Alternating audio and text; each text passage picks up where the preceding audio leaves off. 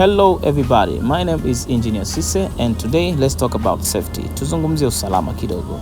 Unapokuwa katika maeneo ya kazi, unapokuwa ni katika maeneo ya ujenzi ama uwe daktari ama uwe mtu yote katika eneo la kazi kwenye viwanda, kitu cha kwanza ni muhimu sana kuzingatia ni usalama wako. Tunapopata madhara ujue tuna affect mpaka familia zetu, sio sisi peke yetu, lakini vizazi na vizazi vinaathirika kwa sababu ya mategemezi. Tunapokuwa katika maeneo yetu ya kazi tunahakikisha tunavaa vifaa kinga, tunaviita personal protective equipment.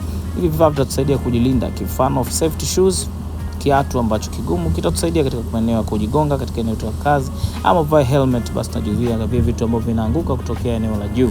Hivyo basi ni muhimu sana kila wakati. Pia usisahau kuvaa reflective vest ambayo hii itakusaidia kuonekana eneo lako la kazi kama kuna majanga mtu anaweza kushtua. Lakini pia unapofanya kazi hizi za moto, vaa safety shield, uzuie uso wako na macho yako. Lakini pia hizi kazi za kukata, kisha unavaa hizi gloves ambazo zitakusaidia wewe kujikinga na kukatwa. Hizo ni minor injuries ambazo zitatokea kwenye mikono yako.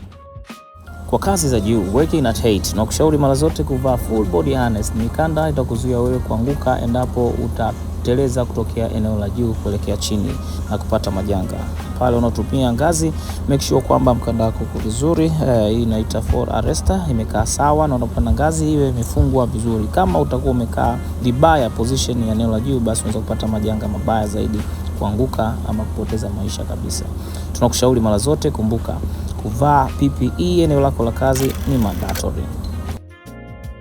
Kwa kazi za moto, hakikisha eneo lako unafanyia kazi unalizungushia na kulibarricade ili basi kusiwepo na mtu mwingine kuingia ndani ya eneo lako. Unafanya kazi usisahau kuweka signage ama vibango kuonyesha kwamba eneo lako lina kazi za moto inaendelea. Vifaa vyako vyote ambavyo unatumia katika kazi yako ya moto hakikisha vinakuwa inspected na watu muhimu sana sahihi kuweza kusaidia.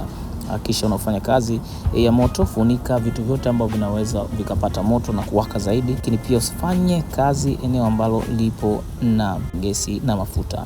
Kumbuka, unapofanya kazi kwa usalama unajihakikishia kesho yako. This is Safety with Engineer Sise. Thank you.